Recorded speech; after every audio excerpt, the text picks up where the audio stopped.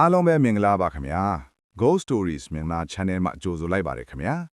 အခုတင်ဆက်ပေးမယ့်ဇတ်လမ်းလေးကတော့ကိုထွန်းမောင်တယောက်တငယ်ချင်းရှိတာကျေးလက်ဒေတာကိုအလေသွားရင်းကြုံတွေ့ခဲ့ရတဲ့ဖြစ်ရမှန်ဇတ်လမ်းလေးပဲဖြစ်ပါတယ်ခင်ဗျာဟေးကိုထွန်းမောင်မင်းငါရွာရောက်နေပြီဆိုတော့တတိကကနဲ့နေတော့ကျွန်တော်တငယ်ချင်းကြော်စွာရဲ့အတန်ထဲမှာကလေးကလေးနဲ့ရီစရာလိုလိုတကယ်စိုးရင်တယ်လို့အတန်တစ်ခုပါနေတယ်ကျွန်တော်ကိုထွန်းမောင်ရန်ကုန်ကနေနှစ်ပေါင်းများစွာမတွေ့ရတဲ့တငယ်ချင်းကို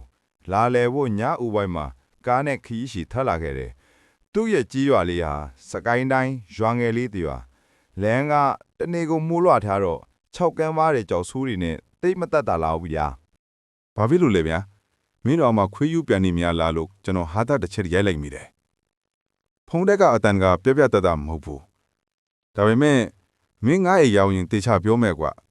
အခုရွာထဲဝင်တဲ့လမ်းမကြီးဘယ်ဘက်ကကျောင်းဟောင်းကြီးတစ်ခုရှိတယ်။အဲ့ဒီကျောင်းရဲ့အနောက်ဘက်မျက်နှာစာကမြေသားလမ်းချင်းလက်ကိုမဝင်နဲ့နော်။တစ်ဆက်တည်းမောင်းလာခဲ့လို့ကျော်စွာကကျွန်တော်ကူတတိပေးတယ်လို့နဲ့ပြောတယ်ဗျ။အဲ့ဒါနဲ့ပဲကျွန်တော်ဘယ်ဘက်ကိုလှမ်းကြည့်မိလိုက်တယ်။အတောင်ပန်ကုန်းငှက်ကြီးလိုပုံတနန်ချီတဲ့ကျောင်းဟောင်းကြီးကိုကားမူးမောင်းနဲ့ဖြတ်မြင်လိုက်ရတယ်။တစ်သားတကားခွဲတွေခြိုက်နေတဲ့ဓားတောင်ကြောက်မိုးချက်တွေ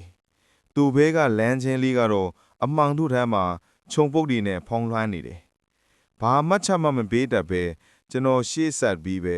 မောင်းလာလိုက်တော့တာပေါ့ဗျာ။ဒီလိုနဲ့ပဲကျွန်တော်ကြော်စွာရဲ့အိမ်ကိုရောက်လာခဲ့ပါတယ်ဆိုပါတော့ဗျာ။ကြော်စွာရဲ့အိမ်ကရွာလဲကောင်လင်းပါဗျာ။သူ့မိသားစုနဲ့အတူတူထမင်းဝိုင်းထိုင်နေကြစားတော့ကြရင်အရင်နှီးဆုံးကာလာတွေကိုပြန်လဲရှင်းပြနေမိတယ်။ည7 နာရီလောက်မှဧကန်ထဲမှာကျွန်တော်တို့2ယောက်ပဲကြံခဲ့တယ်။ကဲ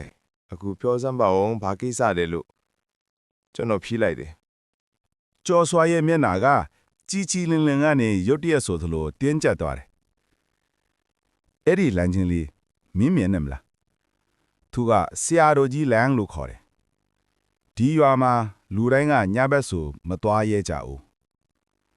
ဘာဖြစ်လို့လဲလို့မေးလိုက်တယ်ဟိုးအငင်းလေဆယ်စုနှစ်တဲ့အကြာကကျေးလက်ကျမ်းမရဲ့ဆရာဝန်တယောက်ဆရာမောင်ကြီးလို့ခေါ်တဲ့သူအဲ့ဒီလမ်းနဲ့မှိုင်းနေတယ်သူဟာဆေးပညာတိုက်ပြီးမဲ့လူဆိုးသူခိုးတွေနဲ့ပတ်သက်နေတယ်မှောင်ကိုလုပ်ငန်းတွေလုပ်နေတယ်လို့အဆွဆွဲခံရတယ်တညကရွာသားတစုကသူ့အိမ်ကိုဝိုင်းဝန်းတိုက်ခိုက်ကြတယ်ဆရာမောင်ကြီးကိုရရက်ဆက်ဆက်ပဲတပ်ပစ်လိုက်ကြတော့တယ်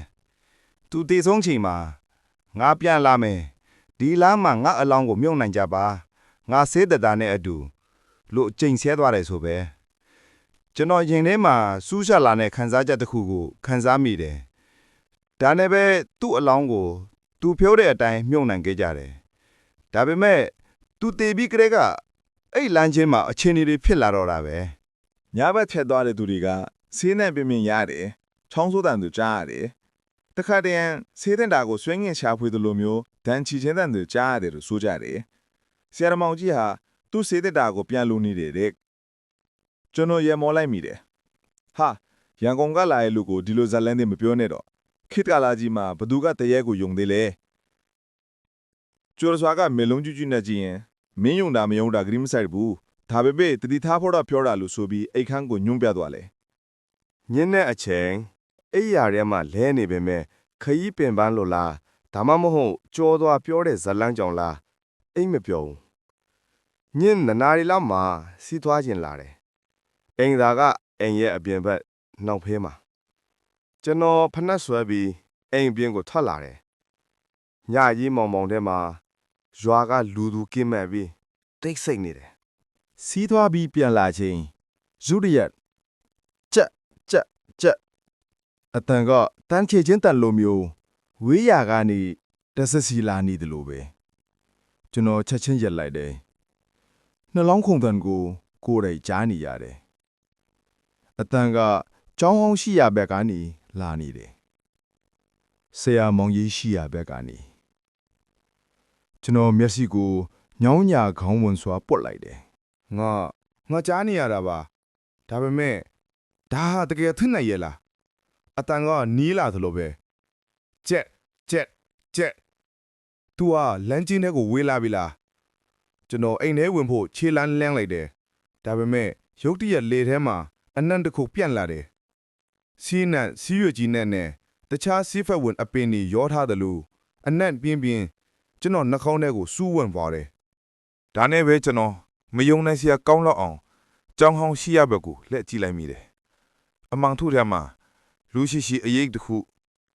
ထူးလက်ထဲမှာတစုံတစ်ခုကိုကင်ထားတယ်လို့မျိုးကျွန်တော်ဘက်ကိုကြည့်နေတယ်လို့မျိုးကျွန်တော်ချေချိုလူနီးပါးချီသွားတယ်အင်းရဲ့တကားကိုမြန်ဆန်းဖွင့်အတင်းပိတ်တော့ခတ်လိုက်တယ်ကျွန်တော်ရင်ဘက်ကတဒုတ်နဲ့ခုန်နေခဲ့တော့တယ် ဘာဖြစ်တာလဲကြော်စွာအိယာကနေထားလာတယ်မင်းပြောတာဟုတ်တယ်ကျွန်တော်အသက်ရှူမဝဖြစ်နေတယ်ငါမင်းလဲစေးနှံ့ရတယ်ခြေတံလဲကြားတယ်ကြော်စွာရဲ့မျက်နှာကဖြူလျော်သွားတယ်ငါပြောတယ်မလားသူစေးတိတာကိုရှာနေတာဒီလန်တစ်ချောင်းမှာသူတေဆုံးတဲ့နေတာတော့ဘိုက်မှာသူပြန်လာတယ် မနက်မိုးလေးနဲ့အခါကျွန်တော်တို့နှစ်ယောက်လုံးဝအသက်ပြန်သွားလာတယ်ကျွန်တော်မကြခင်မှာပဲကားနဲ့ပြန်ဖို့ပြင်ဆင်နေတယ်မင်းယုံကြည်ဖို့ခက်မှာပဲကွာလို့ကျော်စွာကပြောတယ်ဒါပေမဲ့ဒီရွာသားတွေအထက်ကတော့ဆရာမုံကြီးရဲ့အရေးခါဒီမြေပေါ်မှာကြံရစ်နေတယ်သူဟာသူ့ရဲ့စေတိတ်တာကိုအနားယူခွင့်မရသေးဘူး ကျွန်တော်ကားပေါ်တက်ပြီးကြောစွာကိုနှုတ်ဆက်လိုက်တယ်ကားနဲ့ကြောင်းဟောင်းရှိရာကိုဖြတ်မောင်းရမယ့်အချိန်မှာကျွန်တော်မလဲ့မကြည့်ရတော့ဘူးဒါပေမဲ့